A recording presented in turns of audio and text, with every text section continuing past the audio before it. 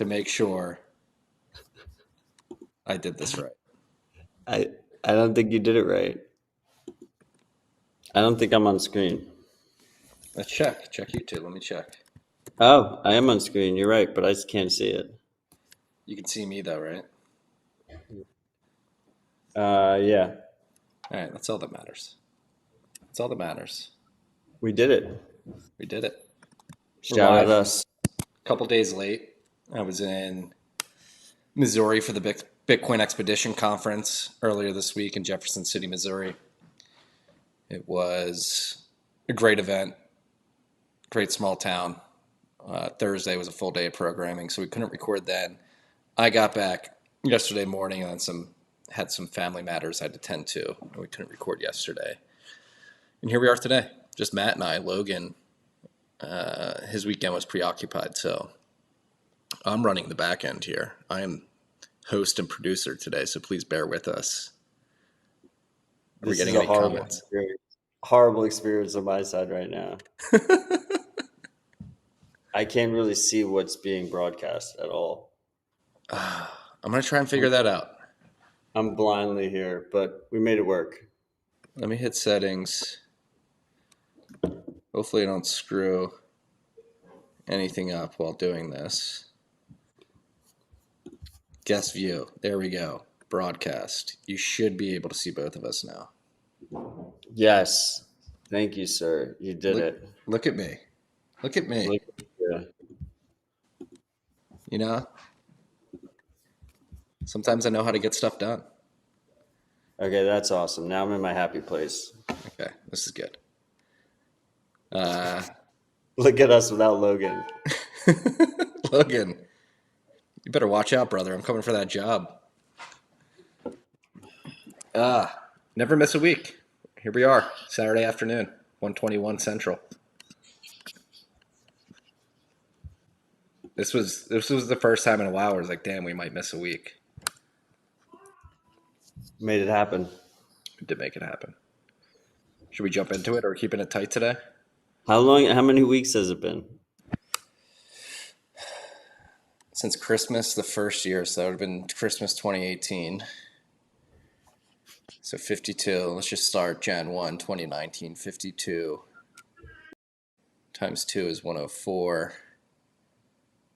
And we're what? 40 some odd weeks into this year. So at least 150. Let's just guess 150 weeks. It's way higher than that. Oh, it is way higher. We're at 257. A year. It's been almost 5 years. Yeah. It's like a little over 200. Over 200. Here we are. Inside in the number of RHRs doesn't account for it because we did all the 2-week episode. We had the stimulus package episodes. Yeah, stimmy package. Who knows? We may need to bring them back. Things are breaking behind the scenes. So where should we start? Should we start with a little Clark Moody? Let's make sure that I did this right. I'm going to click to the browser, Clark's dashboard. That's pretty good. Current price of Bitcoin is $34,100. One cuck buck is going to get you 2,933 sats. That number is going down below 3,000. Current market capitalization is 665.9 billion cuck bucks. We are at block height 814,265. We already mentioned the last difficulty adjustment. We are 199 blocks away from the next adjustment, which is estimated to be tomorrow here in the central time zone in the U.S. It's looking like it's going to be a 2.8% upwards adjustment. Block's been coming in at 9 minutes and 44 seconds on average.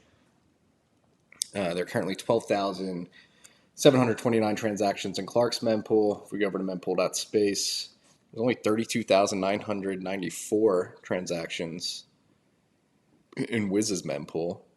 Back to the dashboard. We have 9,474.6 Bitcoin in unspent capacity in Samurai's Whirlpool. That is 323.1 million cuck bucks in unspent value. That number is going up Now I'm going to bring it back to the side-by-side view. I got this working like a well-oiled machine here on the backside of the production. Well done, Marty. Crushed it. What do you think? We pumped. Yeah, Last time we met 10 days ago, what was the price at? Let's go back. I don't know, it's like 20% increase. Let's see. Is the bull back? 1 month. We last met on 29th. Look how pretty that looks. 27th. So we met on the 21st. Price was around 30,000. So we're up more than 10% since then. 25% in the last month. Look how pretty that chart is. Very pretty. Year to date looks even better. Up over 106.3% year to date. Boom. I was looking at the screen. You just pulled me right back in. So what are your thoughts? Why are we pumping? I don't know. Feels nice though. It does feel nice. People front running BlackRock. I don't know. And you have David Bailey's theory that an Ethereum whale is getting short squeezed. Who knows? Maybe the world's waking up to the fact that you want a apolitical peer-to-peer distributed cash system in a world that's going completely insane. Could be that. Probably not that one, but maybe a little bit. I don't know. This could be, I mean, I tweeted this out yesterday, but 2023, looking back, could be viewed as the year of the Bitcoin decoupling. I guess we can start here. I created this comparison chart earlier today, but if you look at Bitcoin compared to all the major banks, Bank of America, JP Morgan, Wells Fargo, we'll throw Goldman Sachs, an investment bank in there as well for good measure. Like, this is pretty astonishing chart. Bitcoin's up 105%. Bank of America is down 25%. JP Morgan is relatively flat as it's subsumed all the banks during the banking crisis earlier this year. Wells Fargo down 7.25%. Goldman Sachs down 16.3%. It's pretty crazy when you juxtapose Bitcoin to all these systemic bank institutions that exist in our country. Global bank run into Bitcoin. Let's fucking go. Yeah. And then here we can. That's what's happening, right? It's like, but in slow motion. Yeah. No, it was interesting going back to Missouri. It was good to see you full-time Bitcoin in Missouri too. Always a pleasure seeing you in person. This was a pretty packed event. I think the price certainly did help put asses in seats. People who were on the fence last week were probably like, all right, this has popped 10% in a few days. Maybe I should show up. And people were very attentive. Best drug ever. It really is. The green candle. So good. It's so vibes were high. I cut you off. No, I'm trying to think of what's driving the price. Like, you had the halving coming up. Obviously, BlackRock. I guess that was something we don't have the list. That all the suits got fucking wrecked. They got absolutely wrecked, and it dried up liquidity. Right? There's not that much liquidity out there, and now all these tailwinds are catching up to it. It's like class. I mean, look how long this bear market's been. It's been like 400 days year over year down. Like, people just got absolutely wrecked until it was only strong hands left.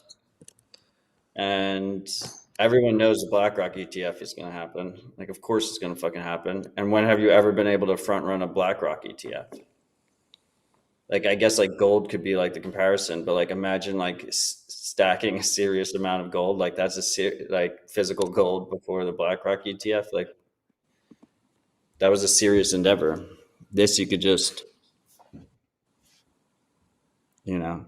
buy it on your phone. Yeah. Yeah, and that's I guess that's the big question right now is with bonds, where they are. A lot of people, particularly at this event. So this event was hosted by Build Capital. Shout out to Cameron, Matt, John from Build for throwing this event, and talking to Matt Dines particularly. He's been on TFTC and is really honed in on the situation in credit markets, particularly. Apparently that's the environment in the bond market right now, as people have rode that 40-year bull market, are essentially saying, yeah, blood's in the streets, this is the time to buy.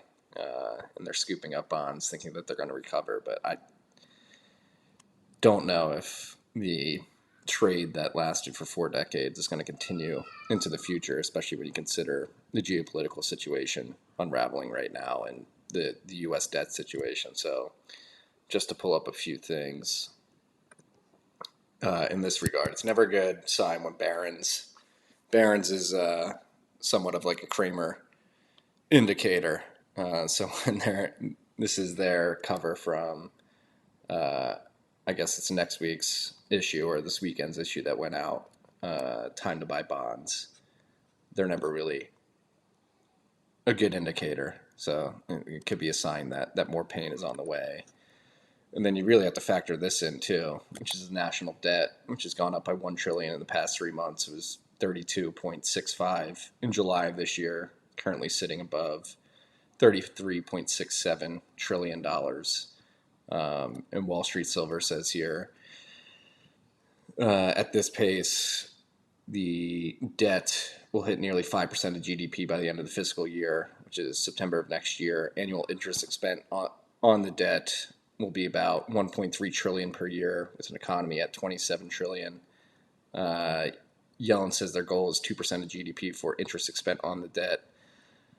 And the only way to get there is for the Fed to massively cut interest rates, because they're definitely not going to be able to cut the debt. And so with that looming, you essentially have the situation where they haven't solved inflation. Geopolitical risk is at a generational high. And so people are saber rattling. There we go.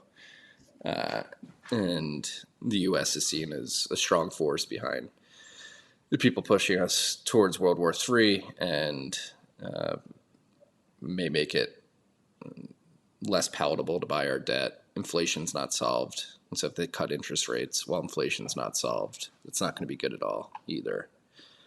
And so I guess wrapping this up, I mean, I think that's the big question right now. A lot of people think the bond trade that they rode for 4 decades is coming back, but I guess that's the big question. Like, is it going to come back? I'm not so confident that it will. Mandibles. Drink. I mean, there's a lot of denial going on right now, right? Yeah.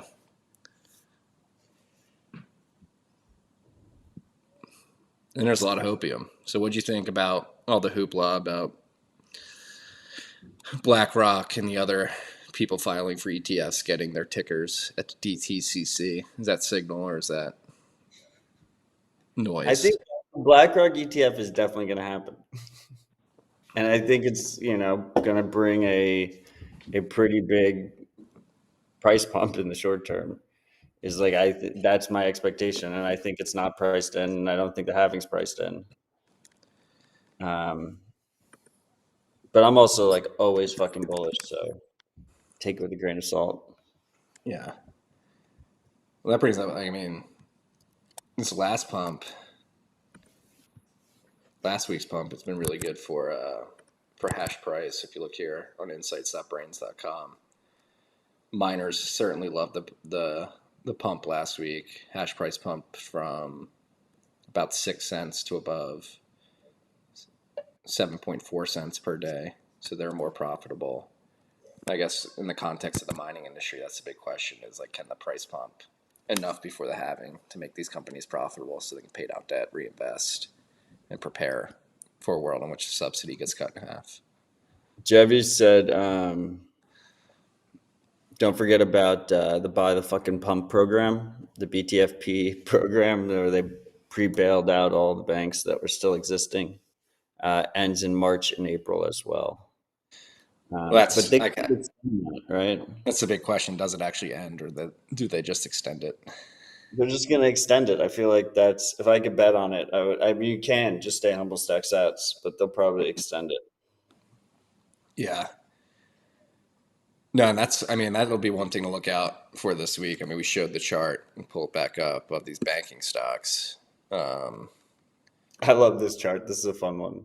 but like, let's just go into the 1 month view. 1 month, Bitcoin's up more than 26%. All these banks are down more than 5%. Most more down more than 8. Like, Do the max. I think with everything going on in the Middle East, people are obviously, understandably, wouldn't even say distracted, focused on what's going on there. Um, but I do think we have the beginnings of another banking crisis on our hands. I mean, let's just go to the 5-day too for good measure. They're all insolvent. Yeah. Fucking Ponzi banking system.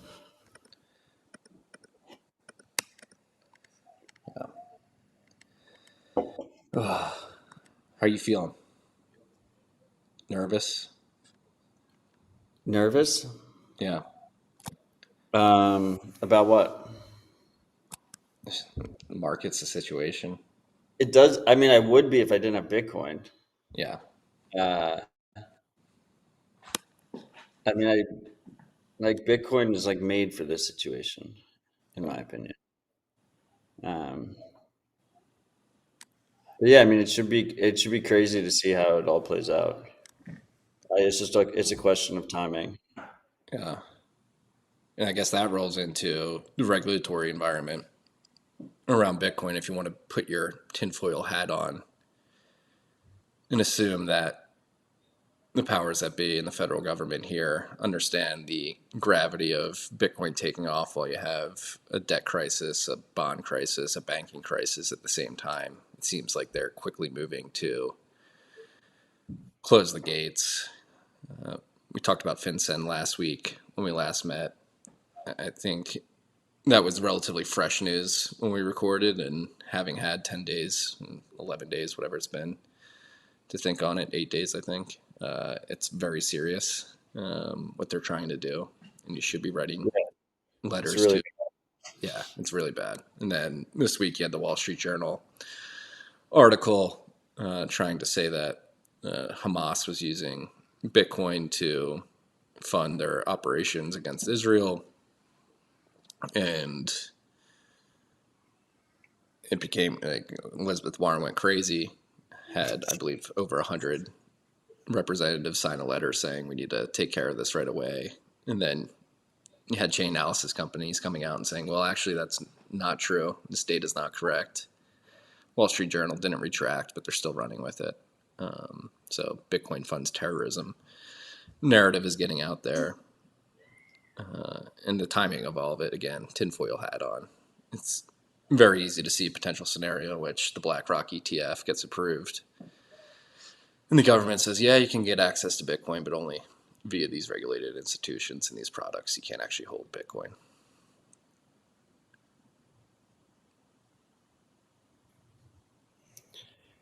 I think that's definitely a possible scenario, Yeah. but it always has been. And then the question just comes down to enforcement. Enforcement will be difficult, but it would essentially criminalize the usage of Bitcoin. But this FinCEN piece is like a step in that direction. It requires a lot more information sharing and stuff like that. Yeah, so let's elaborate on that. Like, does FinCEN have any leg to stand on? Because I don't know if we mentioned it last week, but it seems like, I think we did mention it, but I think the point should be belabored, which is they're essentially make it illegal to send a transaction with multiple inputs. It's it's First and Fourth Amendment protection. Um, so I think it's unconstitutional, but that would have to be challenged in courts, and who knows how that goes. Um, And yeah, I mean, do we really want to depend on the courts to protect those rights?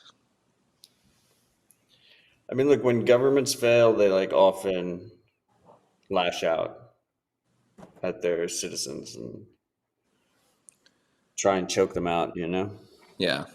So Well, that actually, let's see if I always can a do. good possibility that it could get really messy out there. That is too, and I do think there are a lot of misconceptions out there by the general public about what's driving inflation. Particularly, Wall Street Silver has really been posting these inflation videos pretty aggressively on his account, and there was one that I really worry about, and I hope the audio shows up. Let me see if I can find this.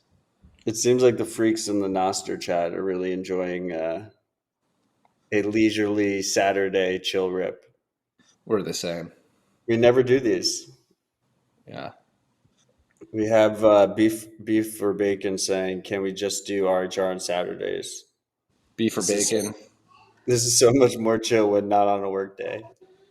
Beef or bacon? I wish that could be true, but as somebody with two young children, one of which you could probably hear in the background right now, it's likely to be a rare occurrence. It is true.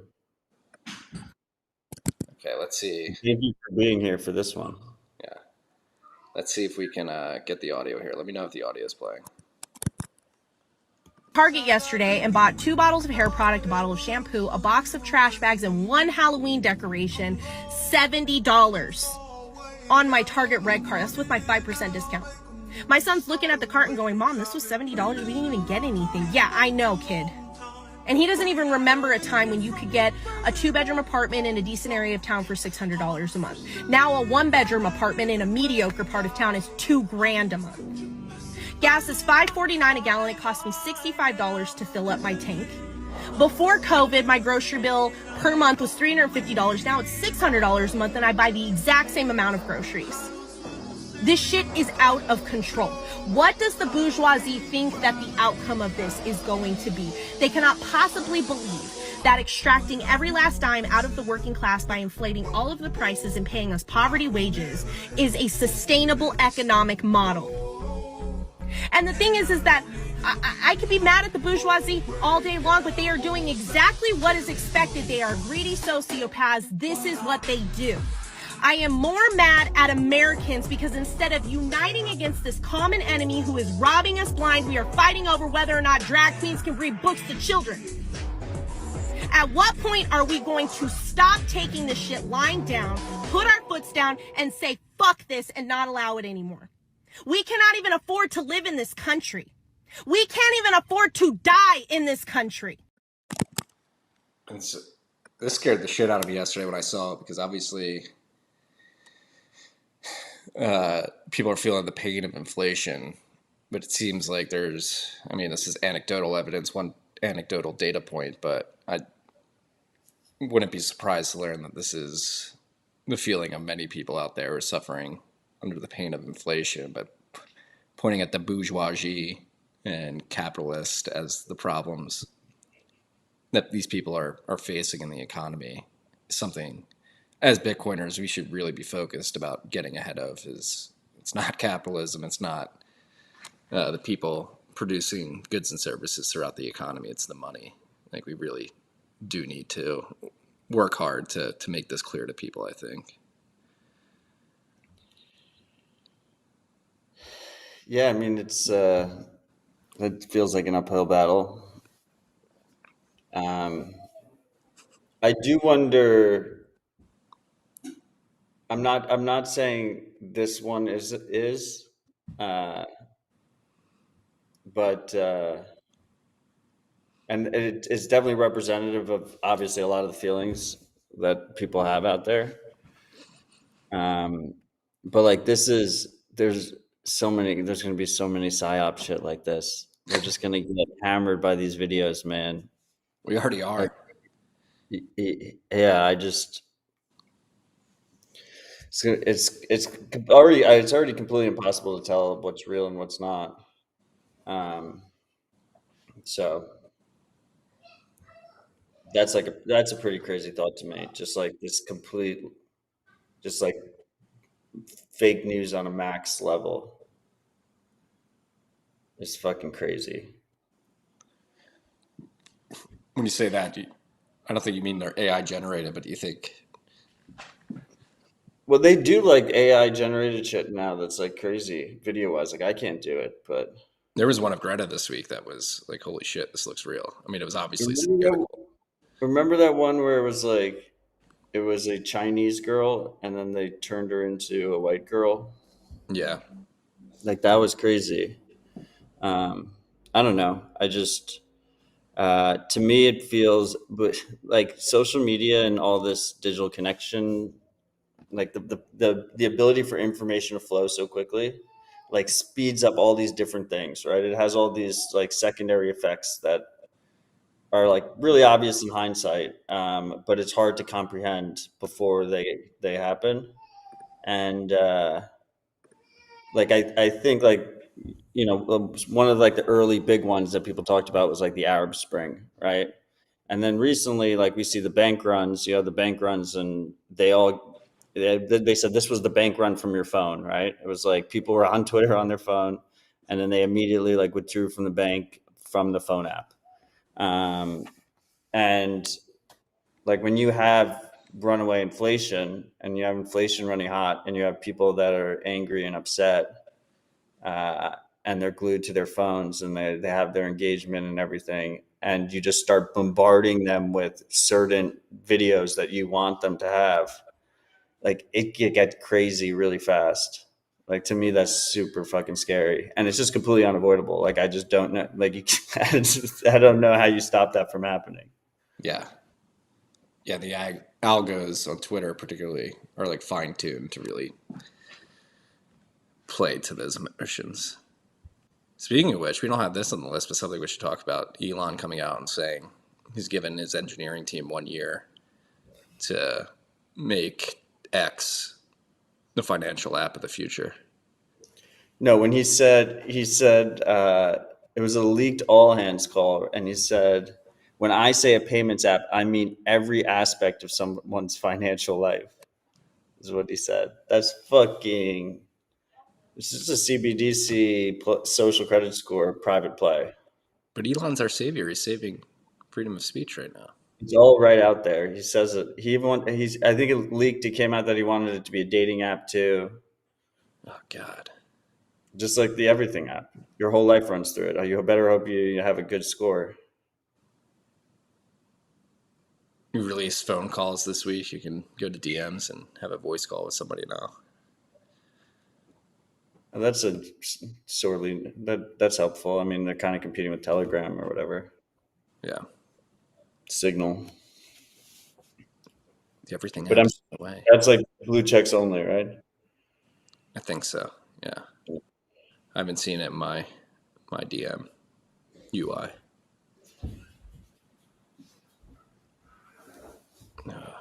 What do you want to talk about next? Got a few things on the list. Nothing too crazy. Yeah, I mean, we need to. Oh yeah, Gemini sues Genesis over 1.6 billion worth of GBTC. So I mean, so Barry, like at the heart of the Gemini Earn deal, it was Genesis, which was a subsidiary of Digital Currency Group, Barry Silbert's company, was borrowing money from Gemini customers, Gemini Earn customers, so that those Gemini customers can earn yield. And then Genesis was going and doing absolutely completely degen things. And as part of that deal, there was supposed to be GBTC, which is Grayscale's wrapped Bitcoin product, supposed to have ETF like properties, and they never actually gave that. They refused. They never provided that collateral to Gemini because they had provided partial collateral. And when the discount in GBTC started to drop really hard, they needed more collateral, and they were like, post more collateral. And they're like, oh, we're going to post, how many shares does it say? It's a shit ton. They're going to post more collateral. And then Gemini fucking liquidated the GBTC that they had already sent them. So that tanked the price of GBTC further, sending Barry Silbert's house in complete disarray. So they never provided the $1.6 billion worth of GBTC collateral, 60 million shares of GBTC. So all that is unfolding rather slowly. It's been over 300 days since Gemini earned first froze withdrawals. And this comes on the heels of the New York, one of the New York AG or Department of Financial Services or whatever sued them all. So yeah, and I think Barry specifically is getting sued for fraud or charged with fraud. Yeah, well, I mean, I imagine this most recent lawsuit, Gemini versus Genesis, is just going to tie things up for longer for their customers. You should just assume that you're not going to get paid back anything. Yeah, I mean, Barry's going to extend it for as long as he has to. He's been waiting for Bitcoin to pump, basically. He's been trying to bide his time, wait for Bitcoin to pump and GBTC discount to decrease, which it has. And he's just bought as much time as possible. It's not where it was earlier this week. GBTC premium is now a negative 20% almost. It got as low as like 13, didn't it? Yeah, because the expectation is now that the SEC didn't choose to appeal their lawsuit, the lawsuit that Grayscale had put on the SEC, that eventually GBTC will get approved as an ETF, and when it gets approved as an ETF, it should become directly par equivalent, like the exact amount of Bitcoin it should be. So people are basically speculating on that, and have been for a while, and got absolutely wrecked doing it. And there was a lot of these degenerate loans and stuff using GBTC as collateral that just made it an extra big house of cards. There was basically, this cycle, we had 6 Ponzi's run by suits blow up. A lot of people got fucking wrecked. I mean, the suit racists are coming after Binance. There's a lot They always have been. And There's Tether. never been a point when they haven't. That was interesting to see this week. Senator Lummis putting forth, I don't know if it was legislation or I forget what it was exactly, to go after Tether and Binance for funding Hamas. No, and there was stuff about privacy tools, right? I'm not sure. Let's see, I can probably find that in OBS Bitcoin as well. I thought she said she wanted to criminalize mixers. Let me find it. Oh, this is something we don't have on the list, but we should talk about. Let me open that in a new tab before we move on. We have a lot of people joining us. I gave no warning whatsoever. Kind of just came together today. Freaks together strong, man. Let's fucking go. I don't think no bullshit Bitcoin covered the Lummis thing. Beef or Bacon says there's a coin on Tapass called Highly Regarded. Made me laugh.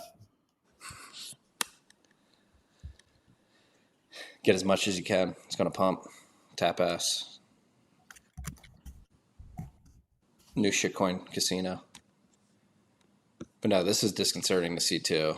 We didn't have this on the list, but something we should definitely talk about. The UK's law enforcement can now seize Bitcoin linked to criminal activity without conviction. So I would just read that. They can just seize Bitcoin without conviction and just levy some bullshit criminal claim. But this has been talked about for a while. We covered it last year as it was making its way through British Parliament. And it's officially law now. So provisions in the bill give broader powers to local cops and will let them seize crypto they believe was used to launder money, traffic drugs, commit cybercrime and terrorism without a conviction. Something experts say would come in handy, particularly in time-sensitive cases. So civil asset forfeiture coming to the UK and coming after your Bitcoin.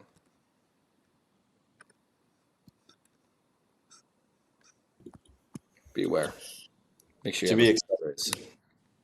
This should be expected, unfortunately. Yeah.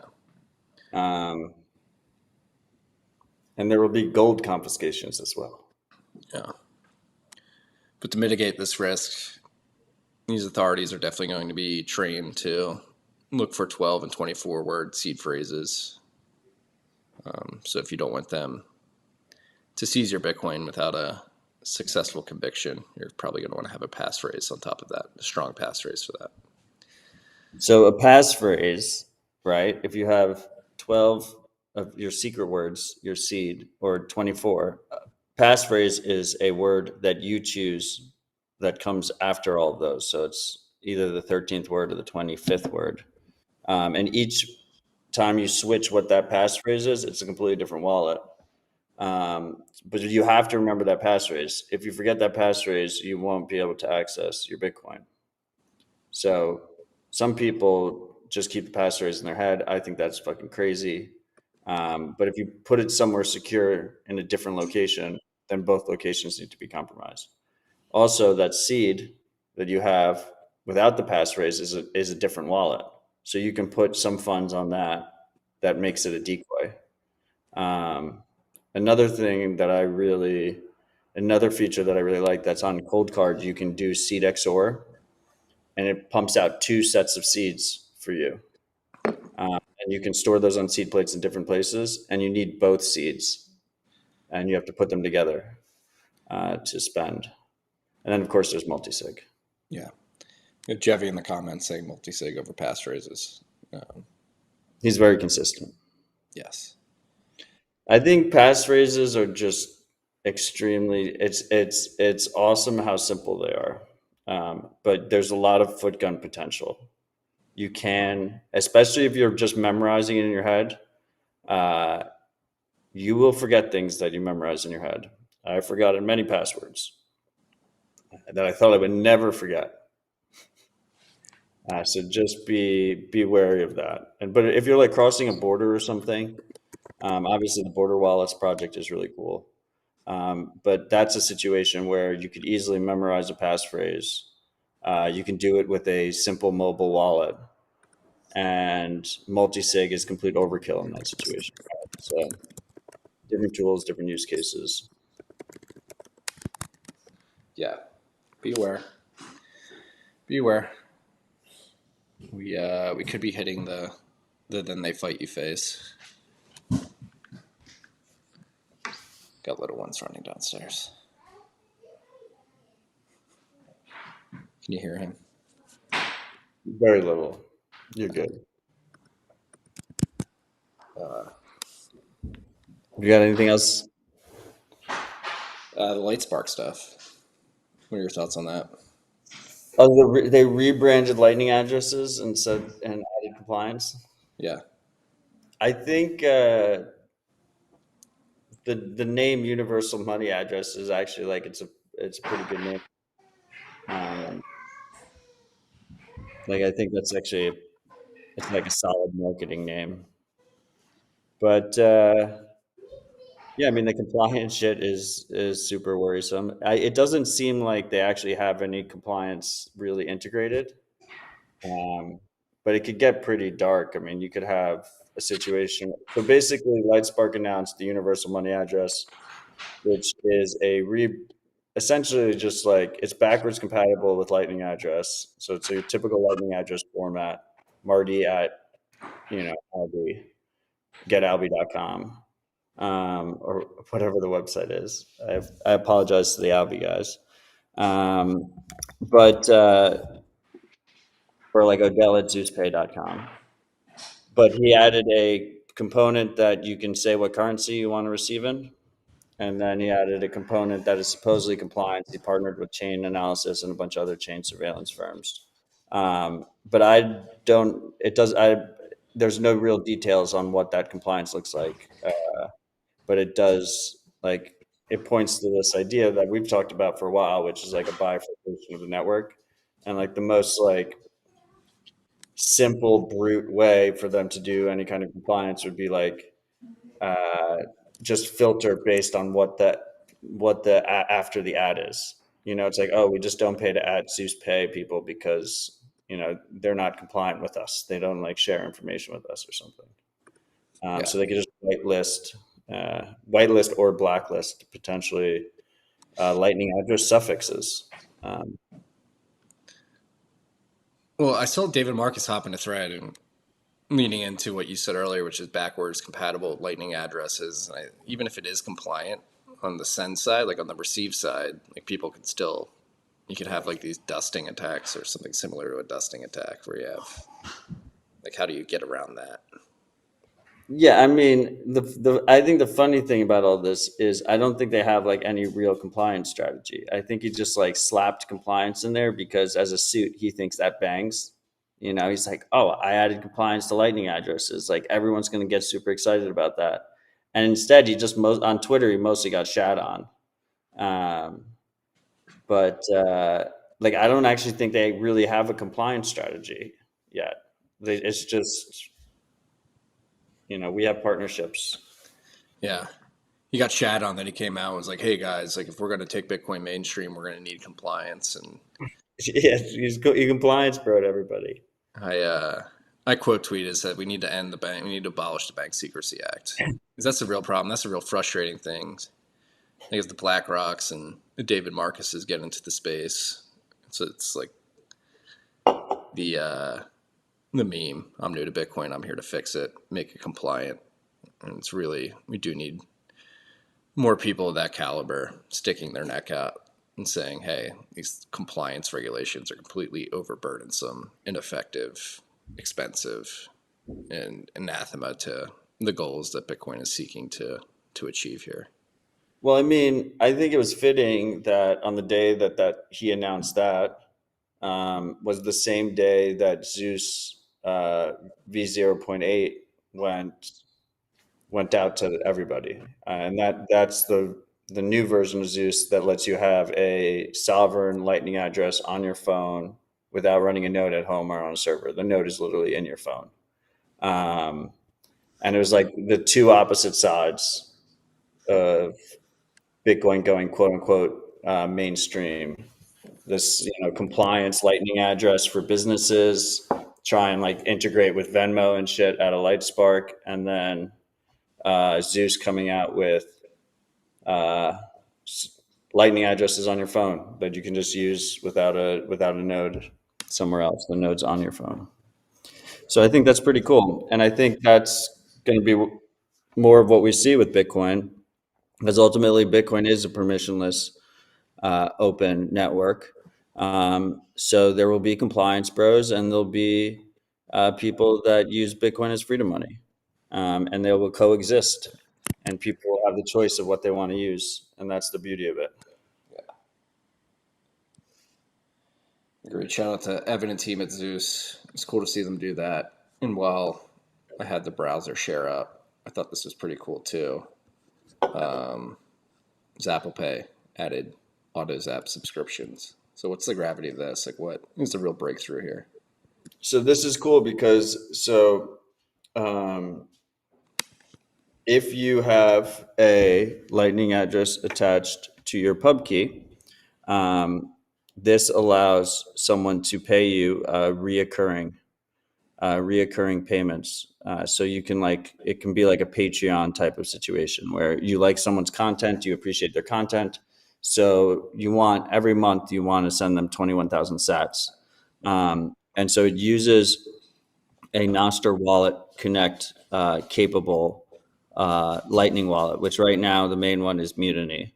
So you log the subscription into Mutiny, and then when it comes time to pay it, it'll pop up in Mutiny whether or not you want to approve it, or you can set it to auto approve. And if you set it to auto approve, then every time that payment hits your wallet, next time you open your wallet, it'll make the payment automatically. So that's always been a question since Bitcoin's a push system instead of a pull system like credit cards, is how do you do subscriptions? And this is one way you could do subscriptions with Nostr as the communication layer.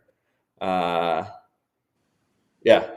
and it's all user driven, right? So unlike credit card subscriptions, if you don't want to continue the subscription, you just open your wallet and you just cancel it in your wallet, and then they'll never push a payment again. Pretty massive. That, and yeah, exactly. And But an example, Mutiny, I just had Evan on Citadel Dispatch.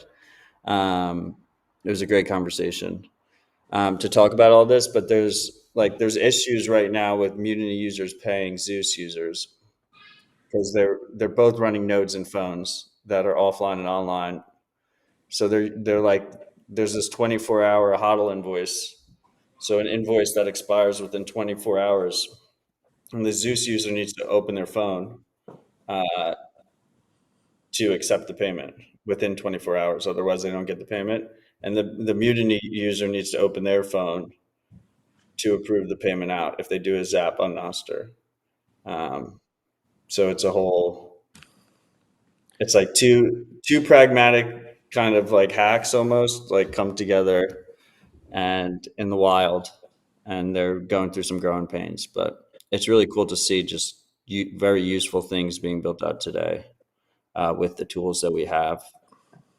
yeah, and it really, what I would say earlier is it highlights, again, Bitcoin has these limitations, but when you combine it with other protocols like Nostr, it allows you to do things that were previously thought to be impossible due to the limitations that exist on Bitcoin and Lightning. And so it's just getting creative and combining these tools together, which is, I think, this is what the Web 3.0 bros completely miss. Is it's not spinning up a token for every application. It's just combining these open source protocols in unique ways. Sats are the token. Yes. The tokens are sats. Did you and Evan cover Matt Corallo's criticism? Yeah, we did. What was the... My first question I asked Evan, I was like, why do you hate the Lightning Network? Yeah.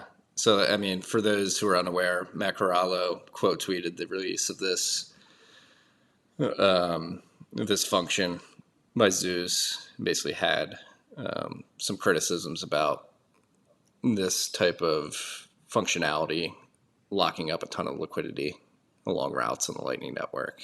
It could be pretty detrimental to the user experience.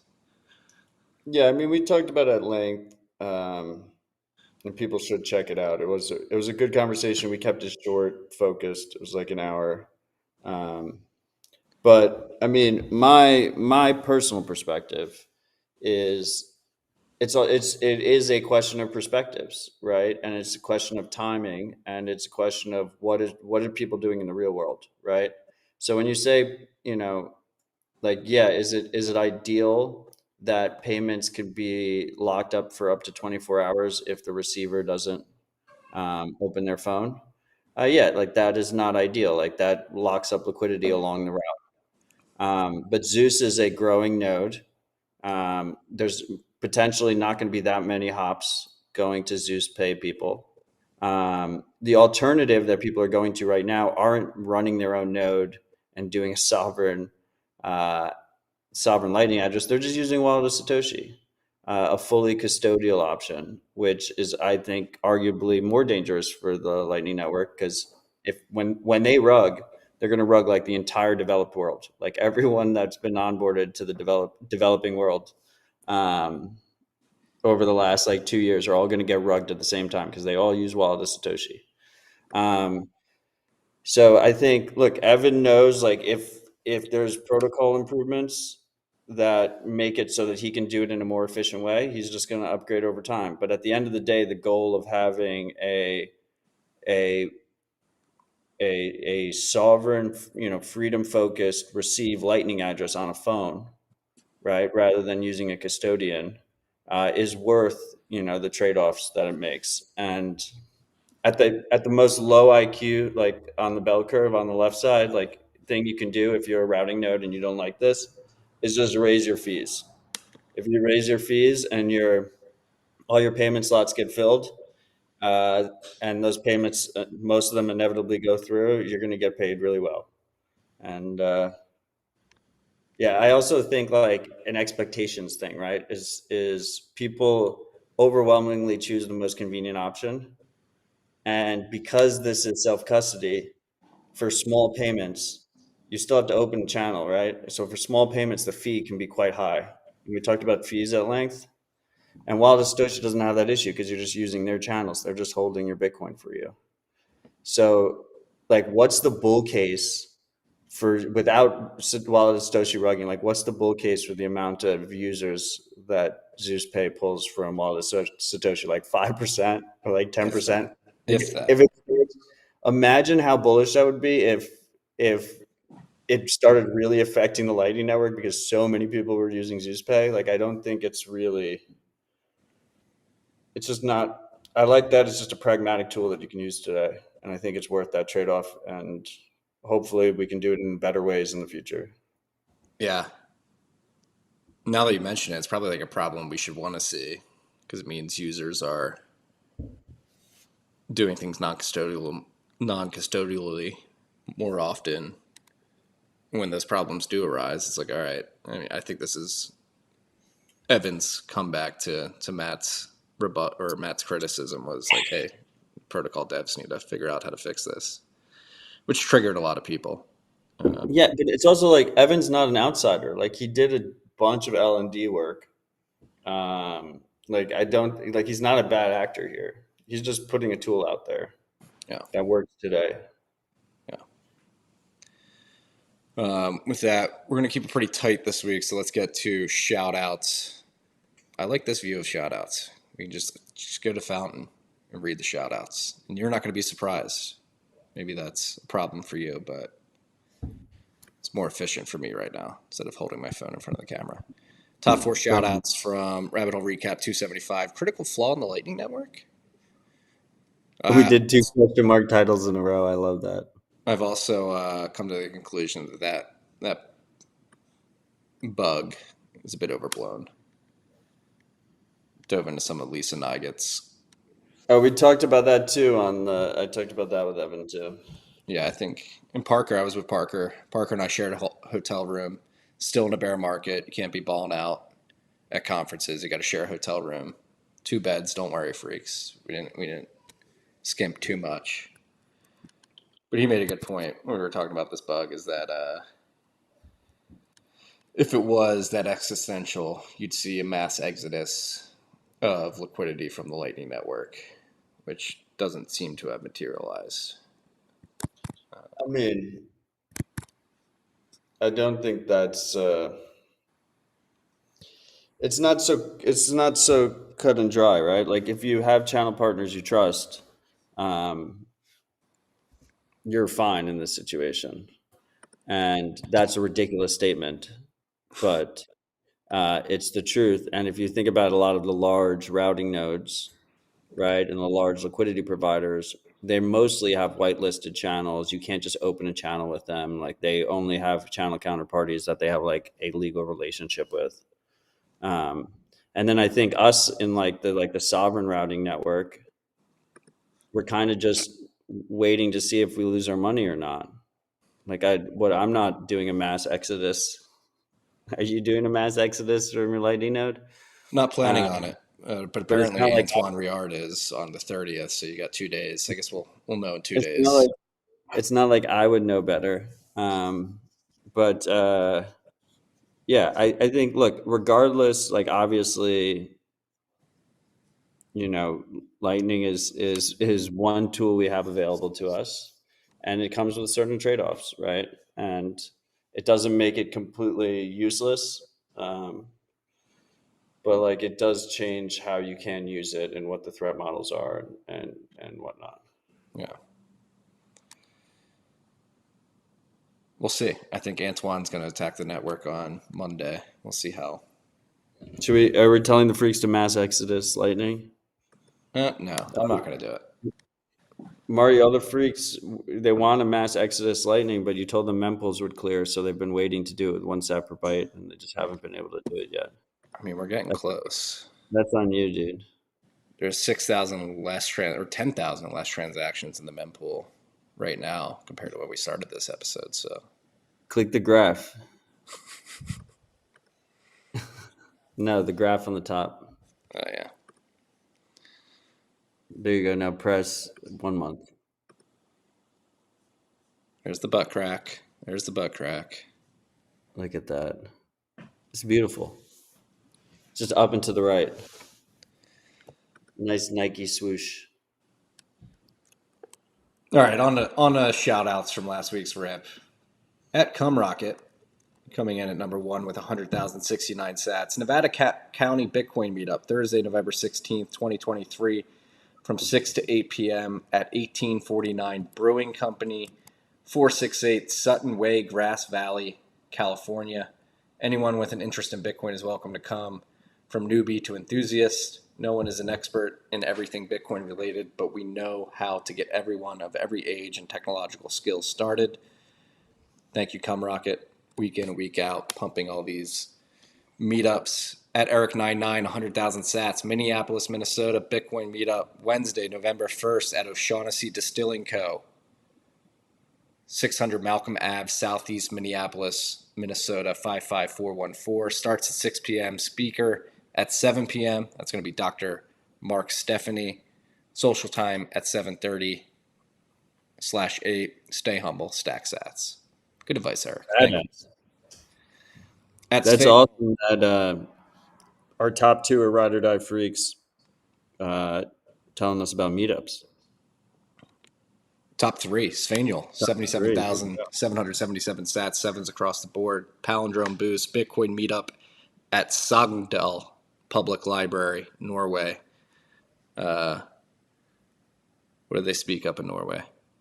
Norwegian? Norwegian. Yeah, my Norwegian. No, I don't think it's Norwegian. They are Norwegian people. I think they speak Norwegian. No. Chat. A lot of them speak English.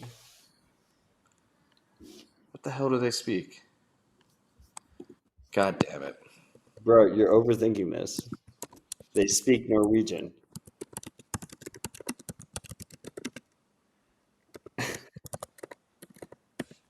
You don't even mute it, so we just hear you typing it. Like, they speak Norwegian. There you fucking go. I got a sense on that.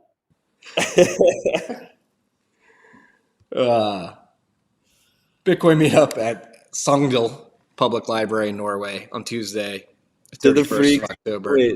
wait, to the freaks listening to the podcast feed and not watching the video, we watched Marty do a Google search for what they speak in Norway, and it said Norwegian, and he just X'd out of the tab and then came back to the boostergrams. Okay, continue. For those watching the video, the tab has not been X'd out yet. Okay, it's still there.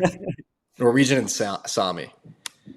This meetup at the Sogndal Public Library is Tuesday, 31st of October at 6 p.m. to mark the White Paper's 15th anniversary. Most of the audience will probably be newbies/no coiners. Good opportunity, Orange Pill. Thank you, Svanuel. At Mary Oscar, the founder of Fountain App, boosted a 75,000 sats with a call to action. Sup freaks, Fountain 1.0 is just around the corner with a complete design/UX overhaul, along with some really exciting new features around clipping, music, and Noster. We want to make Fountain the best experience it can be for you all. If you have a spare 2 minutes, I would massively appreciate it if you could send me an email to oscar@fountain.fm with one piece of feedback or feature request that you think would make the app better. Per emoji. Cheap ad read. Disclaimer, I'm a seed investor in Fountain, and Oscar's a great dude. So much love, Oscar. And he made the app that makes this section of the podcast very easy week in and week out. No, Fountain's badass. And shout out to all the freaks who continue to support us through Podcasting 2.0. It's really fucking awesome. Yeah. Keeps us coming in every week. Yeah. Shout out to you freaks. Thank you for your patience this week. Been a bit of a hectic few days. I'm exhausted. I think I have an ear infection too. Just to let you know, I struggled through a lot of pain. My right ear is completely clogged and it's starting to hurt. I can't hear. It's pretty cool that he can just pay 75,000 sats and then just have a comment asking for people to email him feedback. Like, that's the future is now. Yeah. I feel like that's pretty fucking cool. Paid UX UI feedback. Yeah, I dig it. Since I don't Sorry know about your the that email you, sucks. I think just bigger withdrawal from the wallet. What do you mean? Right now, if you want to withdraw from Fountain, you have to use Elon URL, and you can only do Yeah, 200,000 sats at a time. the custodial wallet is a problem, period. Um, but that's why it's really cool what Zeus and Mutiny are doing. I think and it's interesting because it's also really cool what Breeze is doing with Greenlight. So like Breeze, the node is on a server, but the keys are on your phone. And then with Mutiny and Zeus, the node is in your phone and the keys are in your phone. And each one comes with different trade-offs. And it's just really cool to see them develop because that's what we need. Because right now, like the problem is like if you want convenient Lightning, it's custodial. Yeah. If you want like a normal, a new coiner or a pre-coiner to come into one of these wallets and open channels and whatnot, historically, a lot of these companies have chosen custodial wallets to make them more convenient. Yeah. But even with the custodial option, it's really not that convenient with the limits. And it's not And really then like you yeah, can withdraw 200,000 sats multiple times a day, but it's just like, but then you also see like there's been a bunch of issues and they've resolved them. I really do appreciate them paying attention to my particular situation, them and ZBD, because ZBD manages the wallet. But like when the podcaster, like the person who's producing content, is using a self custody node, specifically if it's running through Tor, it's like you have horrible payment reliability. And it's gotten much better, but that's just like another part of this whole like the LN vulnerability, compliance on Lightning. Like it feels to me like there's this interoperable protocol for custodians that works, that is relatively resistant to uh, Antoine's vulnerability and disclosure. Um, and then and that's proven out and it works great. And you'll have a universal money address and you could transfer from Charles Schwab to Wells Fargo and never know you're touching Bitcoin, but you're sending dollars and the recipient's getting euros and it's really cheap. And then like, that seems like that's going to happen no matter what. I see that happening. And then you have the freedom oriented Lightning Network, which comes with its own trade-offs. yeah. Problems to solve. The price is pumping though. Pump it right into my veins. Marty, do you think we're out of the bear market? Do you think we will see 22 before we see 42? Let's do a little price. God. What? You're going to make me say it. Like, I don't think we see 22 again. Ever? Ever. Never. I mean, look at this chart.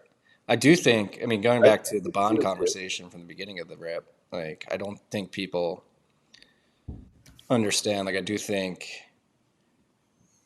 the TradFi guys are completely banking on this bond trade to come back. And I just don't think that's going to happen. I find it very hard to believe that it's going to happen. Yeah, bonds are shitcoins, and every freak agrees with you.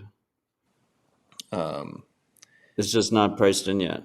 People are in denial. Well, like, is this chart? That's why I pulled this chart back up. Is this chart like beginning to like? We'll pull off all these, and we'll put up like the bond index, like especially on the back end.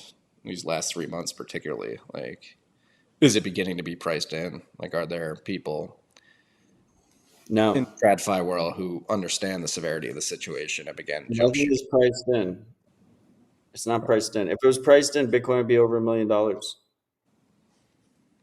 That's true. I mean, I said this like a month ago or 2 months ago, and I'm not afraid to say it again, but I think this next cycle is going to be crazier than anything we've ever seen.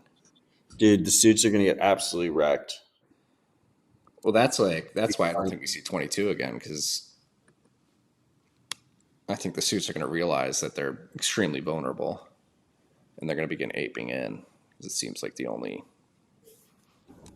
viable exit route, you know?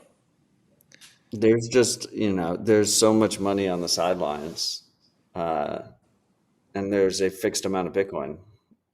So Yeah. it could get pretty crazy out there. Yeah. Oh yeah, go. I was just going to say, who knows? Could be completely wrong. Trade could I come think back. I've analyzed the situation, and my strategy is going to be to stay humble and stack sats. Same. Before we wrap, I just wanted to give a shout out. Can you go to highlighter.com? Pablo Yeah. just did a massive release of highlighter.com. Everyone should check it out. It's pretty badass, and it's such a good domain. Let me sign You in. heard of Highlighter? Do you want me in the signed in view or the non-signed in view? You can be in the signed-in view.